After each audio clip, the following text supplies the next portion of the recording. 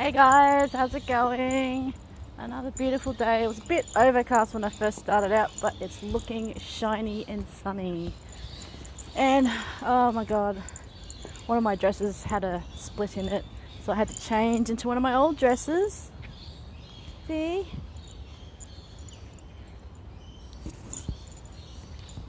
Anyways, wardrobe malfunction not prevented, definitely. Assumptions. Oh, this thing does get me a bit. The assuming things to be fact or are without any proof. Very frustrating when you're trying to talk with somebody, and if you're talking, they say, "Oh, but you said this before, so I'm going to assume that you're going to say the same thing." And it's all going to be the same, and we're going to go the same territory over and over and over again. So I'm going to keep interrupting. And I'm like, well, maybe you should not make that assumption. Maybe you should not think that way, because that closes your mind off. When you immediately have assumptions about things, your mind is closed off. It means you are not interested enough to halt your own thinking about a certain issue, whatever it is, issue, problem, or whatever, and open up your mind to the possibilities that something is different. Now, I listen to a lot of books and podcasts and stuff like that, things on YouTube, and some books and that I listen to over and over again. And people say, well, why would you do that? It's like, well, why would you read the same book over and again? Apart from the fact that you enjoy it, and it gives you some escapism. And sometimes things that you miss, or you're not in the mood for, or your mind's just not open, or you hear a phrase all the time, and then I guess for some people it's like being in love, when it says, oh, suddenly all the words just make sense and apply to me, and I just so resonate, and I'm going, well, that's the thing. If you don't open up your mind to the possibilities, if you're not interested in really finding out, those assumptions, they just like block you off from a lot of things that you could discover. Even if they've said the same thing over and over again, your mind is not there. You're not present with that person. You're not really paying attention to them at all.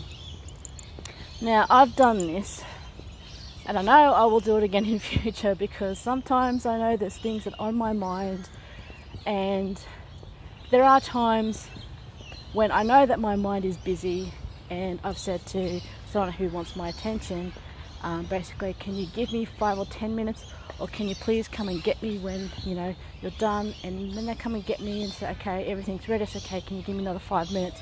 I just need to finish something off. It's not that I'm going to ignore them or anything like that. It's that I would like to give them my full attention, and I can't do that while I'm doing something else that is very involved. And this is a different style, I guess, of communication than what they're used to. I won't immediately drop everything for them, because at that time there might be something that is critical that needs to be done. They might not think it's critical, but it is critical to me, and that's, I guess, an insensitivity, that the thing that they assume is that because they don't think it's critical, that it's not critical for me. That is an assumption based on their point of view and feelings. They're unaware or unappreciative of things that do impact, such as things as people that are time sensitive, or they have a feel of responsibility. That someone at that point in time could be in a completely different headspace and mindset. And in order to bring that to the fore, to give full attention, that they need some time to adjust their mindset, their thinking, to give them their full attention. Now, there's been plenty of studies that show it takes about maybe 15 minutes when you're constantly task switching to really get back into something really involved. And this whole multitasking thing, yeah, you can keep track of so many things, but you need to leave things in a way that it's easy to come back to, not just drop everything. So taking like 5 seconds, 5 minutes of saying, hey, can I just finish this? Can you not stand there? Can you come back in 5 or 10 minutes? Means that they can finish what they're doing, task switch to something else, and give it their full attention. So how does that work in with assumptions? Is that usually people make an assumption based on things that are not present there, or they interpret it in a way that they make assumptions on saying, okay, yes, this happened in the past. I say things like that. Yes, it happened in the past, where this happened, that happened, that happened. However, they've also got to realize, and you've also got to realize, that there are things that you will do that you have done in the past that means that the same things are going to happen again. Your assumption that things aren't going to change doesn't really help. If you can say, okay, that's done in the past. What did I do in the past? I didn't listen, or I kept interrupting. How about I not interrupt, and instead of sitting there waiting for my turn to talk and speak and go on about the same things, I listen. I really, really listen to what is going on. Or you could say, hey, how about I am interested in this person enough to suspend my own sense of self and get involved and empathize with them. That could be another way you think of it. So, assumptions, we all make them. I've made them, you've made them, you'll continue to make them. So, what assumptions have you made about certain situations and things?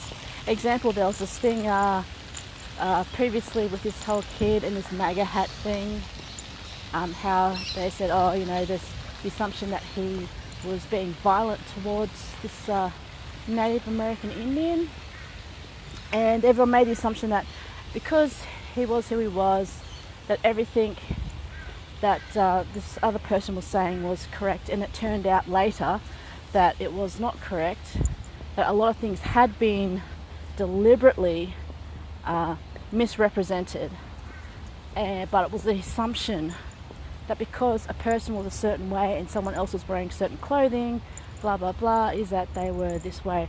I mean, it comes to the fore of the assumption of, you know, women should be able to wear whatever they want and not get the assumption that they are a certain way. Well, anyone should be able to wear whatever they want, and that should be applied and not be assumed that they are a certain way. And you should be interested enough in that person individually to actually talk to them if you're going to comment or make any sort of interaction with them productive, rather than just assume, oh, because they're wearing XYZ, then they must be whatever. So what assumptions have you made? What assumptions do you think other people make about you? Are there any ways in which you can show enough interest not to decrease the assumptions? I won't say not do the assumptions, because that's going to happen anyway, but to, I guess, show enough interest in that person at that time, or that thing at that time, or the situation at that time, to go, you know what, I'm going to suspend those assumptions. I'm going to be present with them or with this situation, and I'm going to see what it is really about, because that is the reality of what is happening. I'm not assuming facts. I am looking at the situation as it is, and I am going to go at it from there. How's that? Anyway, look at this beautiful sunshine, and I'm looking at the arbor at the moment. It's very pretty. I see flowers in bloom and some flowers dying. A lovely contrast. I'll show you.